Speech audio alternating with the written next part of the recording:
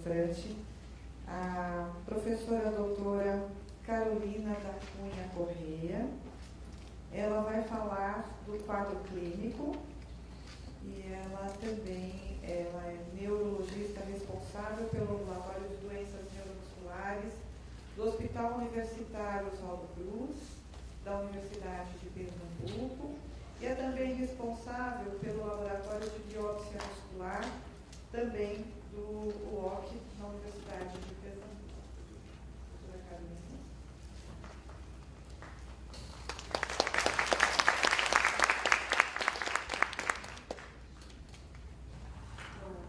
Bom dia a todos. Eu agradeço aos organizadores do evento, às associações, pelo convite, em especial a professora Cari e a Érica, que são profissionais e pessoas muito especiais.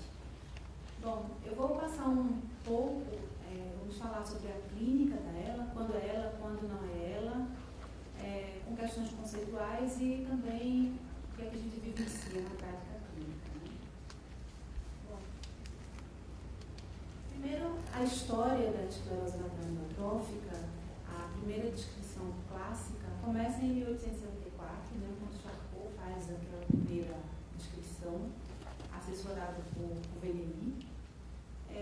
Mas a gente tem uma doença do século XIX, que sem dúvida muitos avanços já foram adquiridos, mas ainda com muitas perguntas sem respostas, né? Então, já na época, Charcot sinalizava que ela é uma doença neurodegenerativa, progressiva, com envolvimento do neurônio motor, começando lá na sua área motora, acometendo o trato córtico-espinhal e, por fim, atingindo o neurônio motor inferior na sua localização na ponta anterior da medula. Bom, a esclerose lateral amiotrófica tem apresentações clínicas extremamente heterogêneas, né?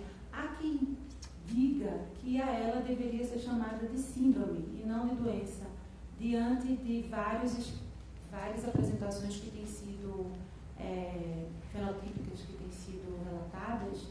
Então, alguns advogam mudar a ela para síndrome e não doença, mas é um debate ainda em voga. Então, nós temos apresentações fenotípicas variadas, nós temos um tempo de evolução também variado, há aquela expectativa média de 3 a 5 anos de sobrevida, mas que a gente vê na prática clínica que esse tempo extrapola em muitos pacientes. A idade de início também é algo variável. Nas formas esporádicas, que são 90% dos casos, nós temos uma idade de início mais tardia, em torno de 60 anos, mas já nas formas familiares, nós temos uma idade de início mais precoce. E no levantamento nacional, naquele primeiro inquérito epidemiológico nacional feito pelo professor Cari, depois reproduzido em alguns outros centros, como em Fortaleza, nós sabemos que a idade de início das formas esporádicas dos pacientes de ELA no Brasil é uma idade mais precoce do que o resto da população mundial. Então, nessas formas familiares, que são 10% dos casos, nós temos alguns tipos de herança. Heranças autossômicas dominantes, recessivas e heranças ligadas ao X também.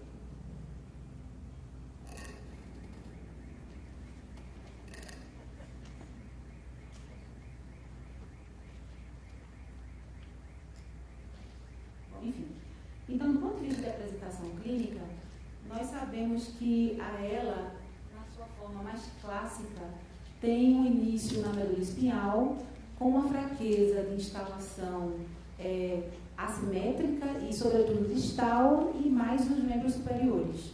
A fraqueza se associa aos sinais amiotróficos, aos sinais de neurônio motor superior, também na evolução da doença, mas outras apresentações clínicas também são comuns. Se a gente olhar no outro extremo, a gente vê que a forma pseudopolineurítica, também chamada de forma de patríquios, seria o extremo da forma de apresentação clássica espinhal com envolvimento distal em membros inferiores. Né? Uma forma que simula uma polineuropatia, por isso forma pseudopolineurítica, onde os sinais do neurônio motor inferior predominam. Nós temos as formas bulbares, que são as comuns das mulheres. Temos as formas hemiplégicas, também chamadas variantes de Mills.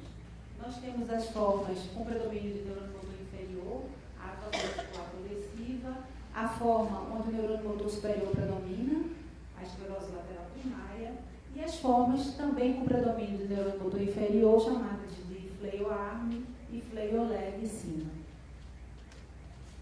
Bom, do ponto de vista de diagnóstico clínico, nós nos assessoramos de sinais de envolvimento do neurônio motor superior e sinais de envolvimento do neurônio motor inferior, né? Esses sinais são bem clássicos e já bem conhecidos, mas o que é interessante notar é que esses sinais, eles devem coexistir em mesmas regiões para que o diagnóstico ele possa ser estabelecido. Mas, apesar dessa premissa, que é o critério de ela clinicamente definida pelo Escorial, na prática clínica a gente vê que as coisas não são bem assim. Às vezes esses sinais não coexistem no mesmo momento nos pacientes e a evolução é que vai sinalizar para a gente a presença desses sinais conjuntos em mesmas regiões, né? Bom,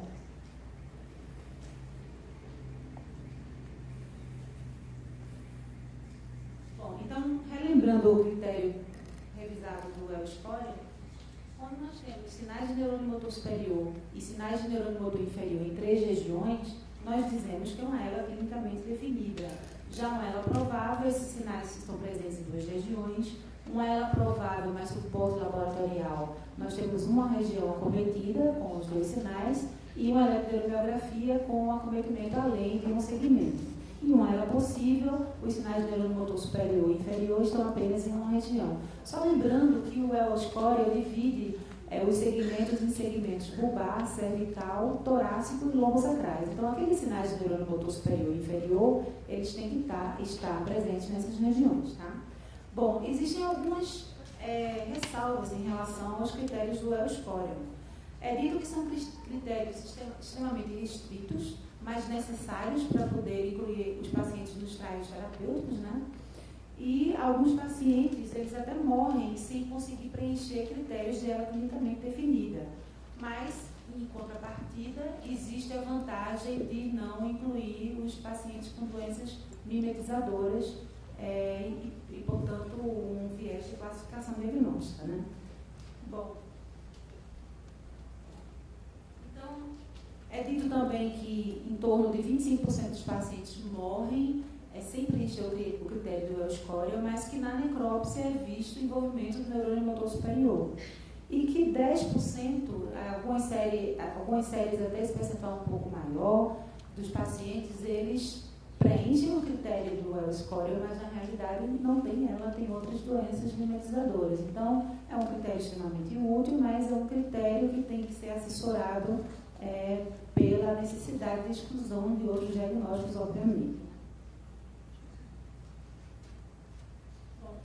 Um aspecto bem interessante na ELA é essa amiotrofia distal em mãos, assimétrica, também chamada de fenômeno split hand, como se fosse uma mão partida com atrofia tenar e primeiro interósseo mais importante. Esse aspecto de seletividade de atrofia também acontece em alguns momentos nos membros inferiores. Alguns pacientes têm maior atrofia da loja posterior da perna em comparação à loja anterior, e daí o que se questiona é por que é que há essa desproporção de atrofia. Por exemplo, a mão é toda C8-T1. Por que é que a região tenar e primeiro interósseo são mais atrofiadas do que a loja hipotenar? Então, existem teorias para tentar entender se é uma dificuldade, um defeito de modulação na via piramidal, no seu início na área motora, se é uma dificuldade de modulação muscular no trato córtico-espinhal ou até mesmo na via motora final, na ponta anterior da medula. Bom, aqui a gente vai mostrar a presença. Clica no primeiro imagem aqui. Aqui é um paciente com ela com predomínio bulbar. A gente observa que ele tem fasciculações, mas ele também tem um prolongimento na segunda imagem, ele tem... Não, volta anterior. Não. Volta anterior. Isso, aqui. Aí ele tem uma apresentação pseudo-bar, que é aquele episódio de risos e choros imotivados, e ali também não dá para ver muito bem, mas ele tem uma cealorreia que escorre. Bom.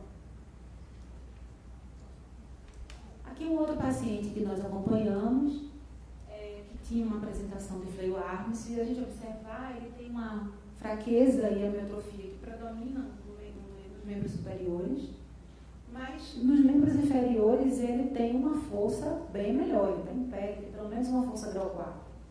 E esse paciente tinha inicialmente só sinais de neurônio motor inferior, tinha uma eletroneuromiografia compatível com doença do neurônio motor, e mais à frente na evolução é que ele foi apresentar os sinais de neurônio motor superior, espasticidade, donos, Babinski, exaltação de reflexos. Então, a evolução diz muito para a gente. No primeiro momento, a apresentação pode ser uma, mas na evolução os critérios ficarem mais claros. Bom, um outro paciente que nós tivemos, não é esse aqui, é só uma foto ilustrativa, foi um paciente com uma síndrome da cabeça caída. Era um paciente de 53 anos, que tinha disfagia, câimbras e um dado incomum de incontinência fecal. Ele era disártrico, tinha uma fraqueza cervical, obviamente, e de membros superiores, atrofia de interósseos, sinal de golfo bilateral e exaltação global de reflexo. Ele foi encaminhado lá para o Hospital de Ribeirão Preto, para o de residência, e lá foi feita uma eletromiografia,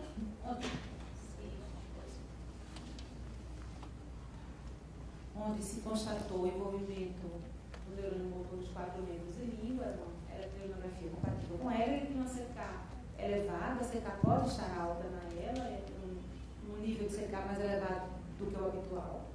Ele fez uma biópsia de pele para descartar depósito de poliglucosan, fez ressonância de crânio e ressonâncias cervicais, dosagem de exosabilidade normal e pesquisa de paraneoplasia e doenças autoimunes. E na conclusão, esse paciente que abriu um quadro com Droplet Head e alguns sinais de neurônio motor superior, tinha na realidade uma ELA. Na evolução a gente viu que os outros segmentos foram acometidos e ele veio a óbito. Aqui é um outro paciente nossa que tem sinais extrapiramidais. Aquela situação de tentar pôr ela como uma doença sistêmica, como uma síndrome, já que outros fenótipos têm sido descritos, outras apresentações clínicas.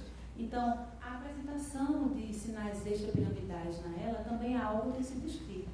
Essa nossa paciente, ela tinha uma marcha de pequenos passos, ela tinha uma marcha com diminuição de balanço dos membros, ela tinha na oculomotricidade uma dificuldade na oculomotricidade no olhar vertical para cima e para baixo, tinha também atrofia de hemilíngua e paresia do véu. Ela veio a óbito, ela teve uma evolução de 4 anos. E a literatura já descreve comprometimento extrapiramidal nesses pacientes, em torno de 22% dos casos nessa coorte, sinalizado esse tipo de envolvimento. Mas outros estudos, obviamente, já sinalizam. Bom, clica no vídeo, por favor.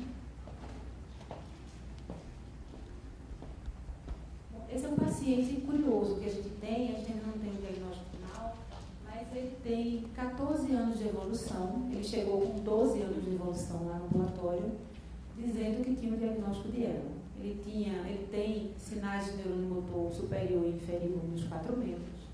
Ele tem uma eletroneuromiografia mostrando o envolvimento do neurônio motor inferior com denervação ativa naquela ocasião. Mas ele tem também atrofia de masséteres, ele tem atrofia de esternocleidomastoides, mas ele tem na oculomotricidade um nistagmo do tipo Down-Beat. Se vocês observarem o vídeo, dá para ver o nistagmo, porque a oculomotricidade não ajuda muito. Mas ele tem um nistagmo tipo Down-Beat, e a presença de nistagmo tipo Down-Beat sinaliza muito acometimento cerebelar, né? Então, para esse paciente, nós estamos planejando a pesquisa genética da ataxina e da serataxina, que têm sido genes descritos com associação de alterações cerebelares na doença do neurônio motor, né? A ataxina tem sido mostrada.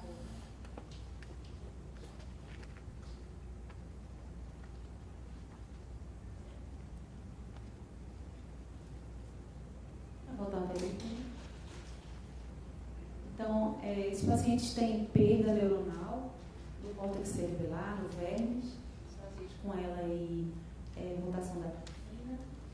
E o que muda nesses pacientes em relação aos pacientes com SCA tipo 2 é o número das expansões.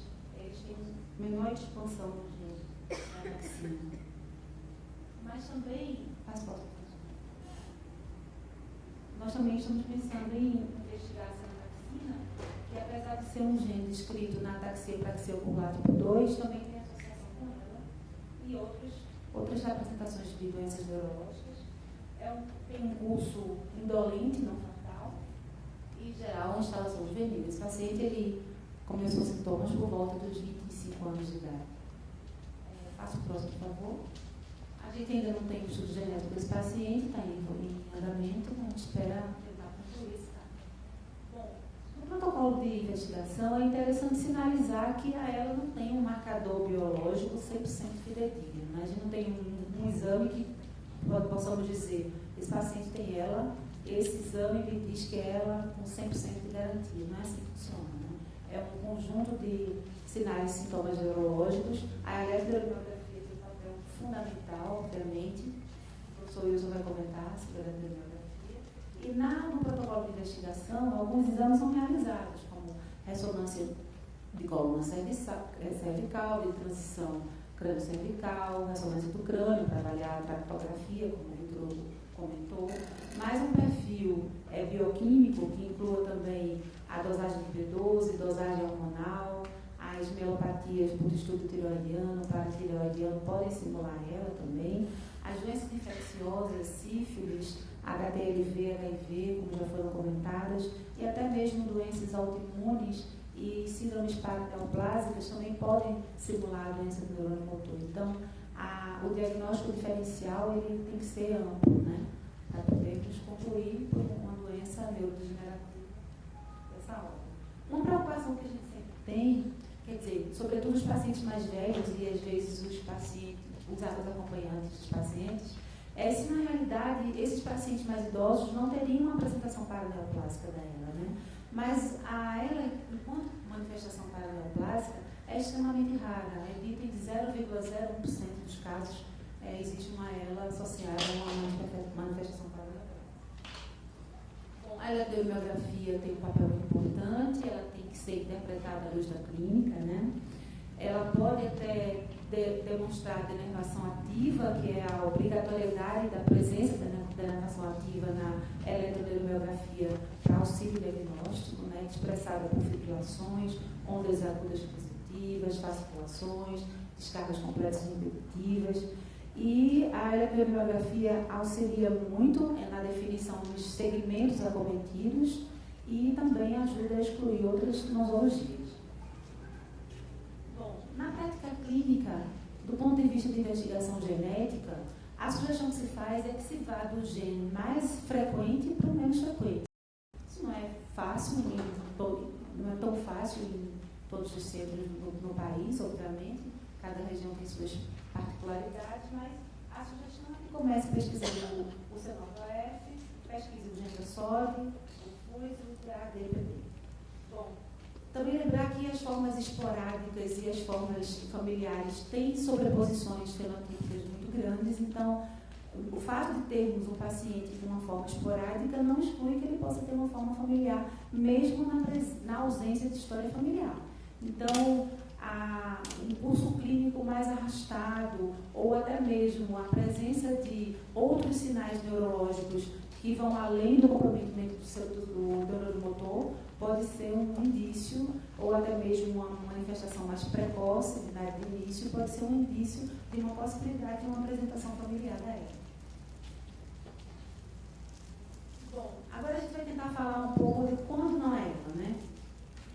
Desculpa, só concluindo, quando ela tem um curso progressivo, o critério pede que haja coexistência de sinais e sintomas neurológicos superiores em três regiões e a gente precisa excluir doenças memorizadoras. Mas, entretanto, ela tem algumas particularidades, né? Parece que é a doença do variável.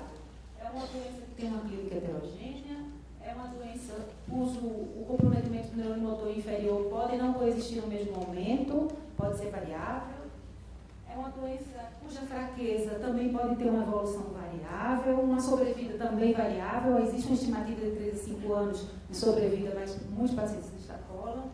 E a evolução, o exame evolutivo desses pacientes é que vai ajudar muito nessa variabilidade fenotípica e de aspectos clínicos relacionados à doença. Bom, e quando não é ela, né? Esse primeiro caso é um paciente que também foi nosso. Se a gente observar, ele tem fraqueza proximal e distal, ele tem amiotrofia distal e proximal também. Ele tem fraqueza e amiotrofia também envolvendo musculatura escapular. Ele tem fraqueza e atrofia dos vastos. E esse paciente, na realidade, tinha uma miosite por corpos de inclusão. Esse paciente precisou de uma terceira biópsia muscular para dar esse diagnóstico, que é a miopatia inflamatória mais comum após os 50 anos de idade. E ele tinha só sinais que poderiam lembrar um acometimento do neurônio motor inferior, mas na realidade era atrofia muscular por uma doença muscular primária. Bom, esse outro caso é uma paciente que chegou dizendo que também tinha um diagnóstico de ela tinha fraqueza e atrofia assimétricas no segmento C8-T1, mais em região plenar, uma mão garreada, mais esquerda que a direita, mas ela tinha uma dor em distribuição C8-T1. Ela vinha em uso de riluzole e diagnóstico de ela. Ela repetiu uma radiomiografia e a gente viu que havia comprometimento dos potenciais sensitivos dos nervos ulnares e denervação dos miótopos C8-T1 e na realidade, ela tinha uma síndrome do destiladeiro torácico neurogênica bilateral, que é também uma situação mais rara. Os vasculares vivem dizendo que a síndrome do destiladeiro torácico ela é comum enquanto acometimento vascular, mas enquanto acometimento neurogênico, em literatura, não é comum, é como eles pensam. Né? Então, essa paciente tinha uma costela cervical bilateral, e nesse perfil aqui dá para ver melhor. A direita é mais rudimentar do que a esquerda. Bom, clica no vídeo, por favor. Esse terceiro caso é um paciente que tem uma marcha paretoespástica, mas vocês observarem, ele tem um pé que faz um movimento escavante. Ele também tem fraqueza em mãos e atrofia em mãos. Se observar a postura da mão, passa o próximo, por favor.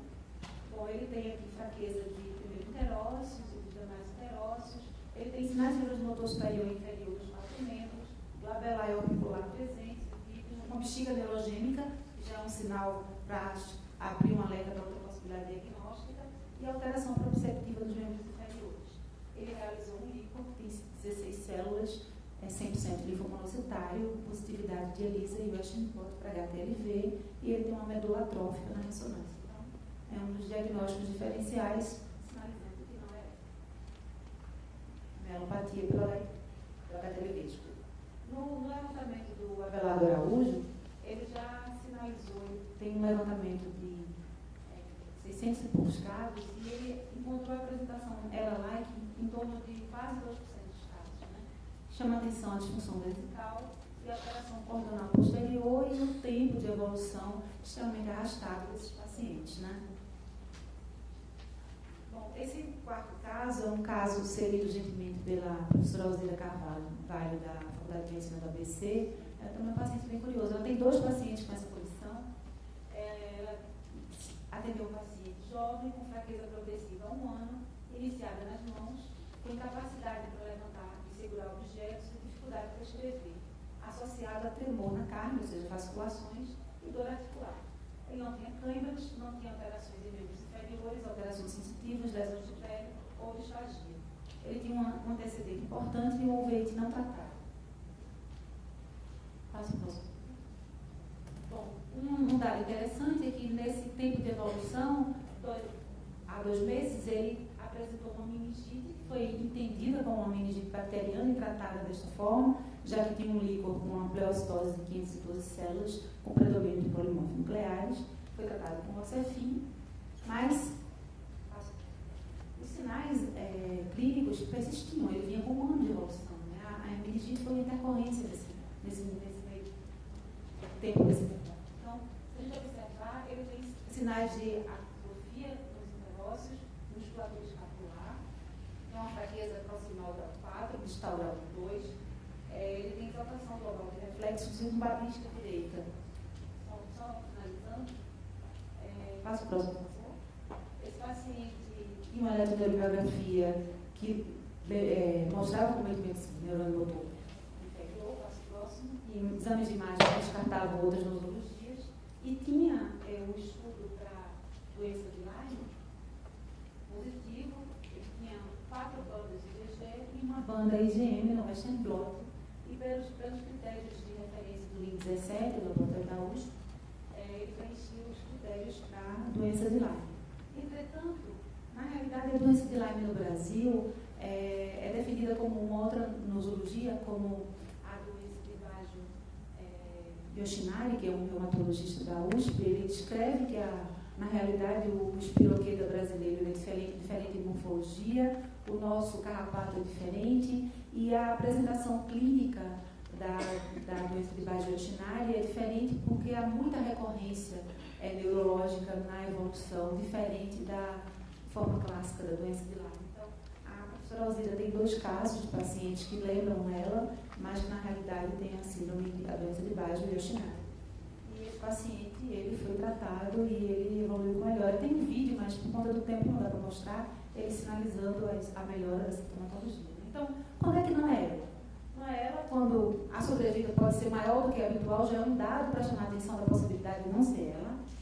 Quando a fraqueza e a atrofia ficam restritas a um segmento miotônico e não evolui, a gente precisa de uma cautelosa observação do envolvimento de outros sistemas. Na eletroneurografia, se não houver denervação ativa, não dá para considerar que seja ela, e também não é ela se tiver a presença de doenças que simulem ela, ou seja, que sejam ela-like. Bom, é interessante sinalizar que o atendimento interdisciplinar facilita muito a condução desses pacientes, melhora a qualidade de vida, auxilia os cuidadores, facilita o diálogo sobre cuidados paliativos, ajuda-nos a compreender a história natural da doença, possibilita a participação de trials e também esse segmento longitudinal dos bancos de dados minimiza a perda desses pacientes e que esse segmento deve focar em itens que possam predizer sobrevida, né? Itens de funcionalidade e sobretudo respiratória e os aspectos nutricionais que são cada vez mais valorizados na doença. Eu agradeço a atenção e o convite.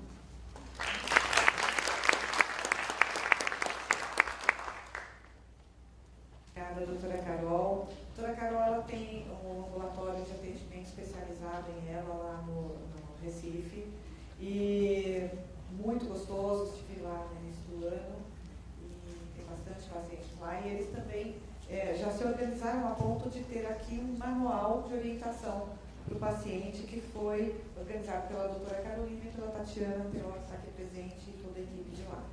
Então, muito obrigada e parabéns para vocês. E agora, então, vamos